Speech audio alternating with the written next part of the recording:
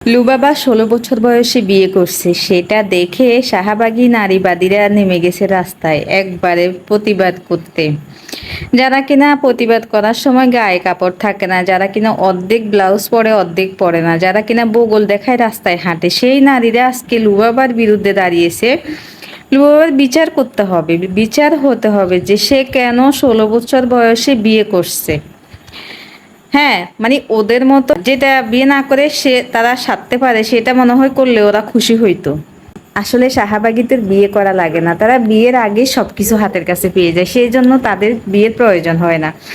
তাই অন্য একটা মেয়ে যখন একটু ইসলামকে মানি গুণে, ইসলামকে স্মরণ করে, ইসলামের ভয়ে নিজেকে সংশোধন করে নিছে, সেটা দেখে ওদের আর সহ্য হচ্ছে না, ওদের গায়ে জ্বালা পড়া শুরু হয়ে গেছে। সেজন্য ওরা কি করতেছে, রাস্তায় নেমে গেছে।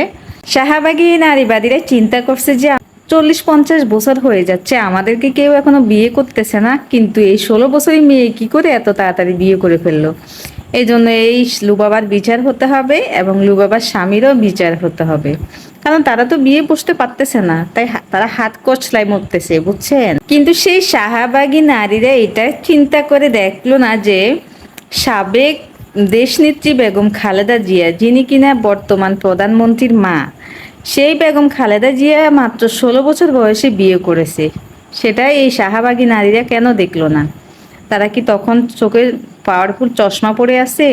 তারা এগুলা দেখে না? শুধু ওই যে ইসলামের পক্ষে কেউ কিছু বলতেছে কিনা, জামাতের লোকেদের কেউ সমস্যা পাইছে কিনা, তারা শুধু সেটার অপেক্ষায় বসে থাকে। কিন্তু দুনিয়া যদি ওলট পালট হয়ে যায়, সেদিকে তারা খেয়াল করবে না।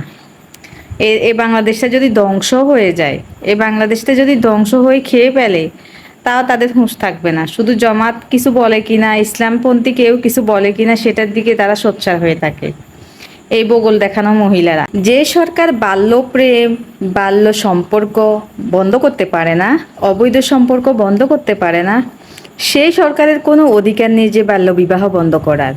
কারণ তাকে বাল্যবিবাহ বন্ধ করতে হলে আগে বাল্যপ্রেম, অবৈধ সম্পর্ক, যৌন সম্পর্ক এইগুলা বন্ধ করতে হবে, তারপরে সে বাল্যবিবাহ বন্ধ করার পদক্ষেপ নিতে পারবে। এর আগে জনগণ কিছুতেই মেনে নিবে না এটা। আমাদের ইসলামে কোনো নির্দিষ্ট বয়স নেই যে এই বয়সে গিয়ে তোমাকে বিয়ে করতে হবে, এর আগে তুমি বিয়ে করতে পারবে না, অথবা এর পরে গিয়ে তুমি বিয়ে করতে পারবে না। কারণ আমাদের মা আয়েশা রাদিয়াল্লাহু তাআলা আনহাও কিন্তু অল্প বয়সে বিয়ে করছেন আমাদের প্রিয় নবীজি হযরত মুহাম্মদ সাল্লাল্লাহু আলাইহি সাল্লামকে। তখন কিন্তু বয়সের দিকটা সেখানে ম্যাটার করে না, কারণ আল্লাহ পাকের হুকুম হয়েছে, ইসলাম এই দিকটা উন্মুক্ত রেখেছেন। ইসলামের কাছে বিয়ের ব্যাপারে কোনো বাধা নেই। শুধু আপনার বিয়ের সম্পর্ক হয়েছে, আপনার বিয়ের প্রয়োজন হয়েছে, আপনি বিয়ে করে ফেলেন। তবে অবৈধ সম্পর্ক ইসলাম কিছুতেই মানবে না। অবৈধ জেনা এগুলা ইসলামে কখনোই সাপোর্ট করবে না ইসলাম। তাই বিয়েকে ইসলাম উন্মুক্ত করেছেন। ইসলাম বলে যার বিয়ের প্রয়োজন যখন, তাকে তখনই বিয়ে করতে হবে। ১২ বছরের প্রয়োজন হয় বিয়ে করার, সে ১২ বছরে করবে, এতে কোনো দোষ হবে না। কারো যদি ১৮তে দরকার হয় সে ১৮তে করবে, কারো যদি ৩০-এ দরকার হয় সে ৩০-এ করবে। এখানে কোনো আইন নেই, কোনো বাধ্যবাধকতা নেই, কোনো আইনের শাসন এখানে চলবে না। ইসলাম এই ব্যাপারে উন্মুক্ত করে দিয়েছে। তাই আমাদের দেশের সরকার আশা করি মুসলিম ঘরে জন্মগ্রহণ করেছে, সেই মুসলমান নামে দাবি করলে কাজের বেলা সে ইসলামটাকে যদি না মানে, তাহলে সে নামমাত্র মুসলমান, কাজের বেলা সে মুসলমান না।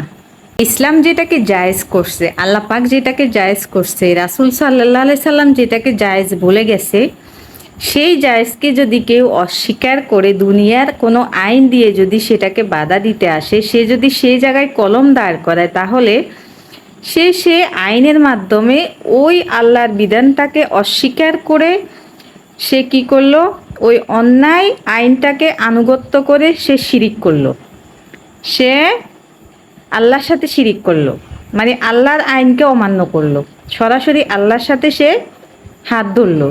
যেটা আল্লাহ জায়েজ করে দিছে, সে দুনিয়ার সরকার হয়েছে, তাতে কি হয়েছে? সে দুনিয়ার সরকার হয়ে তো আল্লাহর আইন অমান্য করতে পারে না। সে দুনিয়ার সরকার, রাজা, বাদশাহ যাই হোক না কেন, সে আল্লাহর আইনকে অমান্য করতে পারে না। তাহলে সে মুসলমানই না, সে মুনাফিকের খাতায় নাম উঠে গেল, সে মুশরিক হয়ে গেল। কারণ সে আল্লাহর সাথে শিরক করতে লাগলো, আল্লাহর সাথে সে শিরক করতে গেল। তাই ইসলাম যেটাকে জায়েজ করছে, আপনি আমরা সবাই সেটাকে মেনে নেওয়াই ভালো। যেই সব নারীবাদীদের বাম পাড়ায় আগুন লেগে গেছে, সেই সব নারীবাদীদেরকে বলতেছি, আপনারা চিন্তা করে দেখেন, আপনারা যার বিরুদ্ধে, যে আইনের বিরুদ্ধে রাস্তায় নামলেন, সেই আইন কি আপনাদের পক্ষে আছে নাকি আল্লাহর পক্ষে আছে? যদি আল্লাহর পক্ষে থেকে থাকে, তাহলে আপনারা যদি মুসলমান ঘরের হয়ে থাকেন, তাহলে অবশ্যই আল্লাহর আইন মানতে আপনারা বাধ্য। আর আপনারা যদি মুসলমান না হয়ে থাকেন, তাহলে অবশ্যই এটাকে আপনারা অস্বীকার করবেন। আগে আপনারা স্বীকার করতে হবে যে আপনারা মুসলমান, মুশরিক, নাকি আপনারা অন্য ধর্মের। এটা আপনাদেরকে স্বীকার করতে হবে। তারপর যাই আল্লাহর আইনের সাথে আপনারা হাত ধরেন।